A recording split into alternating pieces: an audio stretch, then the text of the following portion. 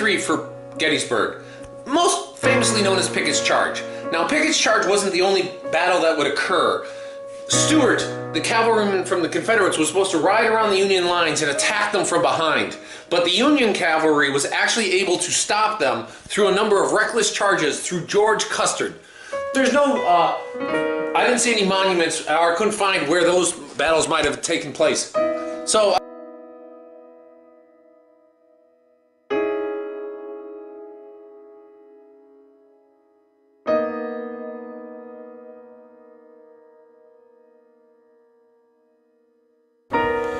yes, you can get up on the tower. It's open when the park's open. And look at the view. Now, obviously the most famous would be Pickett's Charge right there.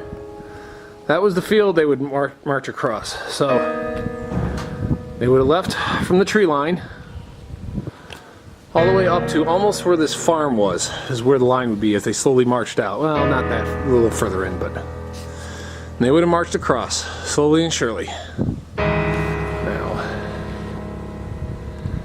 You can see the Pennsylvania. Here's the Iowa. A little right into there, there's a clump of trees. I mean, a little to the left, there's a clump of trees. That's where they would have all ended up. That's where the angle would be. Way out there. Massive march. Again, it took them 30 minutes to walk across, and all that 30 minutes they would have been under cannon fire. But here, that's the peach orchard. Over there is somewhere would be Devil's Den. Right there is Little Round Top, Big Round Top. Little Round Top would be the scene of the most scenic, the biggest battle of the most crucial part of the Battle of Day 2. The battle on Day 2 on the other side, I guess the Confederates got close, but they weren't that close. And they probably couldn't have carried the hill had they even dislodged some of the Union. Wow. Take it all in. That'd be 3/4 of a mile march. And it was hot. It was like in the 90s that day. And they were wearing wool. And most of the people who took part of Pickett's Charge had been marching most of the night, so most of the troops would have been exhausted. I mean, you wonder how many of the missing are just laying on the battlefield, just collapsed, or just were misidentified.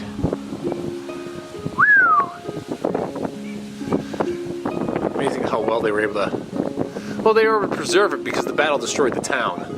And they made a national cemetery right afterwards. They've really made some improvements in the 10 years since I was last here.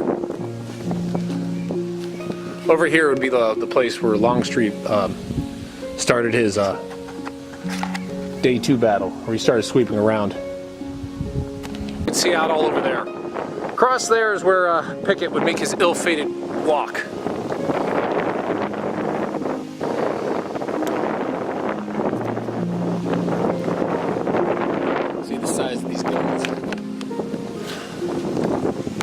This was important high ground to have. Gave them a lot of command of the battlefield. Memorial of Grand Army. Now, the Gettysburg battlefield is the most preserved battlefield of all the battlefields of the Civil War. The reason is because they made the National Cemetery. Okay. Cemetery here, so it was actually preserved. Many of the other battlefields did not have that kind of foresight or thought. So there may be parts of it that are still preserved, but they're not pristine like this one is. You have just so much land that they've given to the battlefield.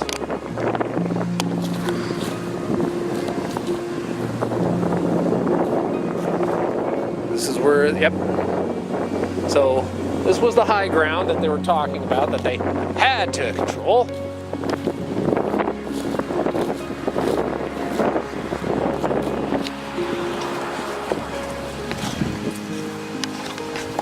I don't know, maybe tomorrow I'll, because way off in the distance, I bet you that's a memorial for where, like, the Virginians started. And they had to march all the way across there. According to, it took them about 30 minutes. The 111th New York Infantry. I'm sure they had a bad day.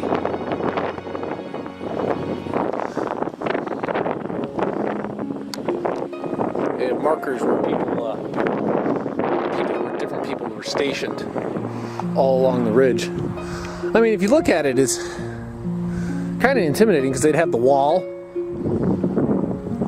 And, well, it wasn't exactly a steep climb uphill, but it was enough that you'd have to stop and think. Now, according to a lot of the battle, I mean, this was important on the second day. I mean, it was also important on the third day with Pickett, because they'll be firing at the Confederates crossing the street over there, crossing the field. Ooh! Pettigrew's charge. I am here. This is where he came at him. There's Pickett. So I definitely want to get to the crook where they actually got there. Jesus, had to be really.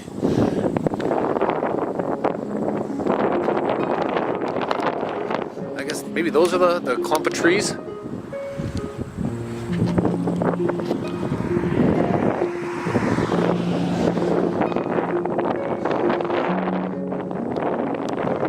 High watermark area.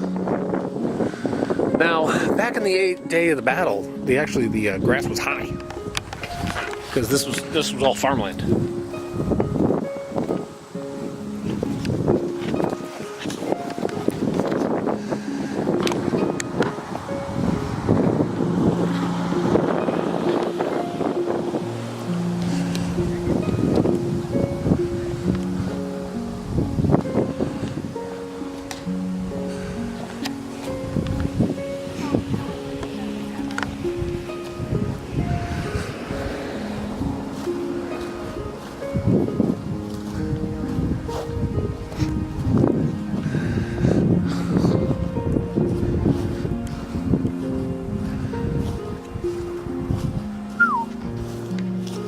I think this is erected to Meade.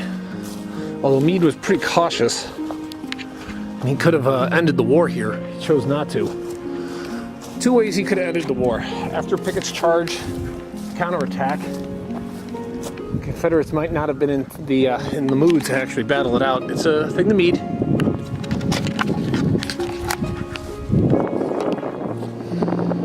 Confederates might not have been in the mood to actually battle. They probably rolled up on one of their flanks or even busted through their middle, because Pickett's would have been like basically depleted and demoralized. Okay, so this is just a memorial to the artillery batteries. There's 26 guns spread out here. Every single memorial you see is a place where an infantry brigade was placed. Here's the cavalry. This is the U.S. one.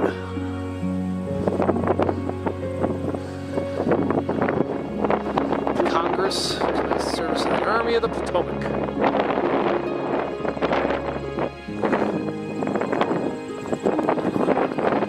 Every single place where someone given, because he was a commander. Man, it's just so open. There's a row of trees back there. Man.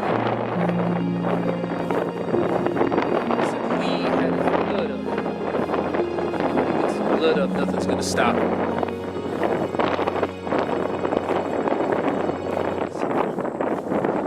Whole lot of battlefield. I'm not gonna walk the whole battlefield. I'm just gonna walk part of it. The funny thing is Armstead, he had a good friend with Hancock, who was commander in the Union. And when Armstead gets shot, he's mortally wounded. He has to see his friend, and he's accidentally told that he's dead. Turns out he's not dead. And they were basically lying a few yards apart from each other, just nobody knew that.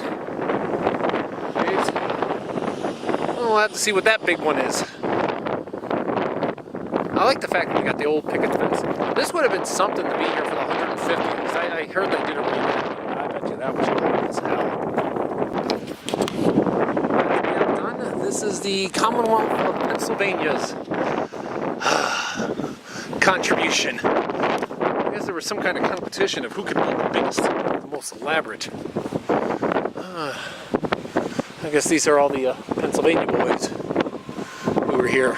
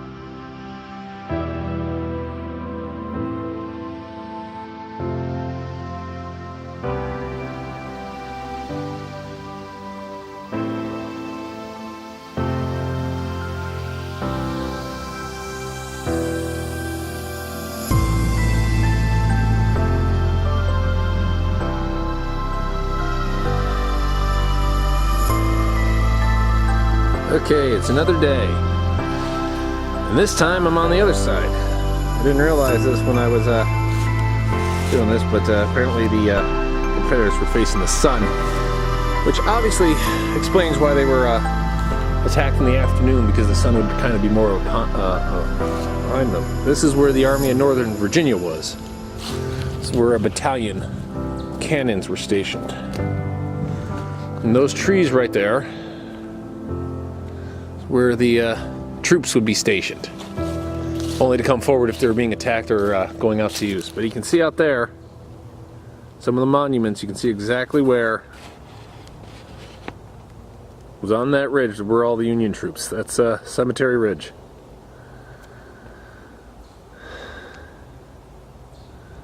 Wow, that's a big open field. Big open field.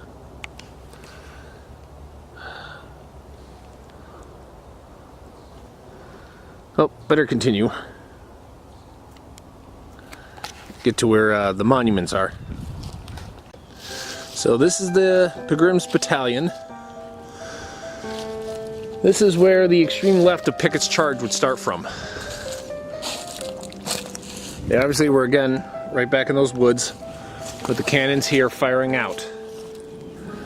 Now, the artillery duel, which lasted about 2 hours, really didn't have any winner. The Confederates weren't able to force the guns of the Union to be silent or to withdraw, and they basically just inflicted minimal damage on every single one. It's funny, looking out here, you have to think every single soldier looking out there had to know it was a mistake. Had to know it was a mistake to walk across that field, because they had been at Fredericksburg, so they knew how dangerous going across an open field could be.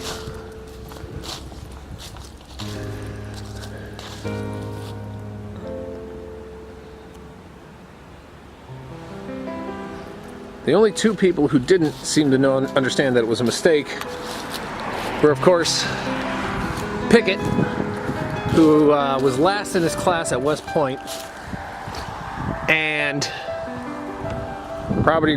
Lee. They even talk about how the generals, Longstreet didn't like it, A.P. Hill didn't like it, Ewell didn't like it, didn't like the idea. But they did do it because it was his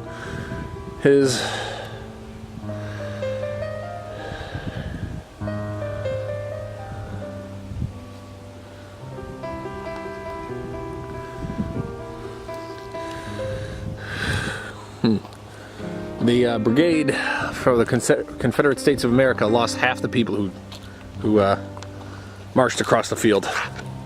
Well, you'd get it because apparently they could, because they were fired on from everywhere, from all the way the ridge, the whole line of Union, like over 100 guns in total. And the closer you got, the more accurate they got.